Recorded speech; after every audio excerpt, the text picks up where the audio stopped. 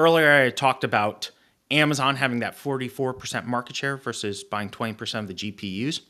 Well, who is filling that gap of having less market share but getting more GPUs? That is a new breed of cloud computing companies broadly called Neoclouds. And what Neoclouds are allowed to do is they start from the ground up with an infrastructure built for AI. So the poster child for this is CoreWeave.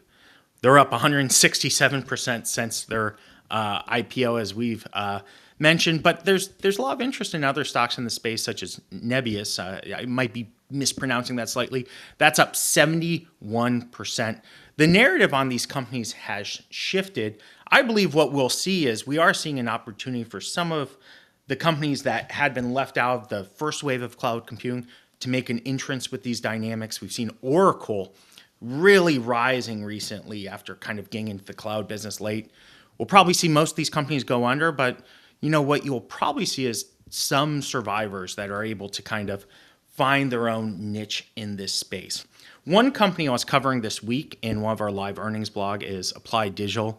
That's ticker symbol APLD. The headline for Applied Digital is they are certainly going for it, Austin. They are about a $2 billion company. They've been moving a lot this week, so it might be $3. It just depends how much their share price is swinging. They announced a 15-year lease agreement with CoreWeave projected to deliver $11 billion over its term. They're breaking ground on 2 new campuses by the end of the year.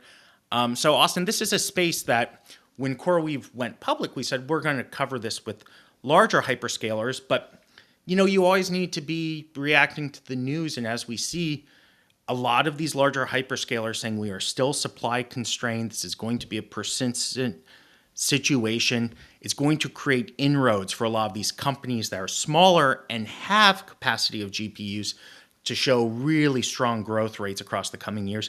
Do I know what this space looks like over the next 5 years? No, but the dynamics are really attractive across the next year or two, and I can see why people are piling in.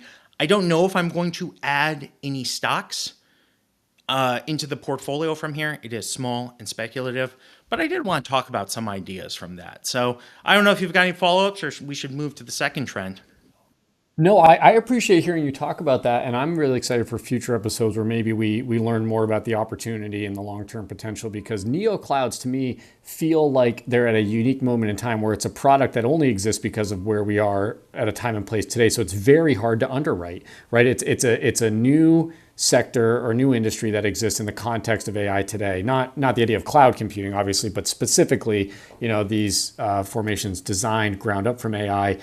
And it's a new sector in a new booming industry. So does that mean it is temporary and the industry kind of, solves around it, or that it gets these sort of levered tailwinds because it happened to be, this new product that came out at the right time, right place, and fundamentally rewrites the rules of how this industry computes? Far too early to tell, but neoclouds have been in my mind as a extreme curiosity. I do not know how to underwrite them yet, so I'm really curious as we dive in a little more here.